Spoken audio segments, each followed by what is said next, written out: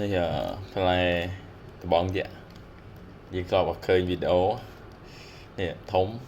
មានពូជវាគឺប៉ុណ្ណាតែមើលរសជាតិវាគឺហើយដូចសកាននេះដែរតែមើលបកឲ្យមើលវាតឹងពេកអត់មានកំបិតវានេះlàបកដៃនេះផ្លែពណ៌លឿងតិចដាក់ទៅពុលដាក់ទៅនងnữaនេះដាក់ទៅនងទៅខាងមួយម៉ាត់មិញក្របវាធំយើងទៅការនេះឲ្យរឹងខាងអត់ដាច់វារឹងក្របរឹងហើយវាអត់ទៅផ្អែមចាញ់សកានេះដូចមិនឆ្ងាញ់ជាងនិយាយទៅមិនឆ្ងាញ់គឺចាញ់សកានេះបណ្ដោយគឺសាច់វារឹងដោយសារវាសម្បូរក្រប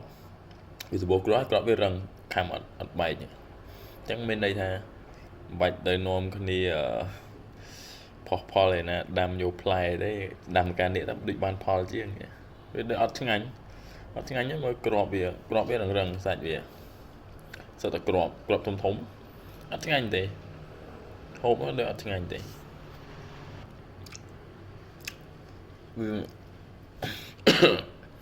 េះស្គាល់ក្របវាធំហើយរសជាតិក្អូបអញ្ចឹងតើក្របវាច្រើនហើយវាទៅពីអត់បែកទេអញ្ចឹងយើងហូបសាច់វាពិបាកមានដូចជប់អញ្ចឹងលក្ខណៈជប់អញ្ចឹងអត់ញ៉ាំអត់ពេញមាត់ទេតែក្របទៅខ្ជាក់វិញ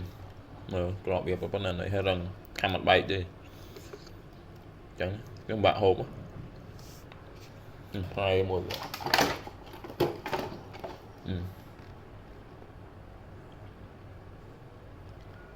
ចង់បង្ហាញប៉ុណ្ណឹងកុំទិញមកថ្លៃហើយប្រហែលរៀលនេះមើលតម្លៃ73រៀលកន្លះអញ្ចឹងវា10000ជាង17000ហើយហូបអាកានេះពេញមាត់ក្របអញ្ចឹងបានទេចង់បង្ហាញតែប៉ុណ្្នឹងឯង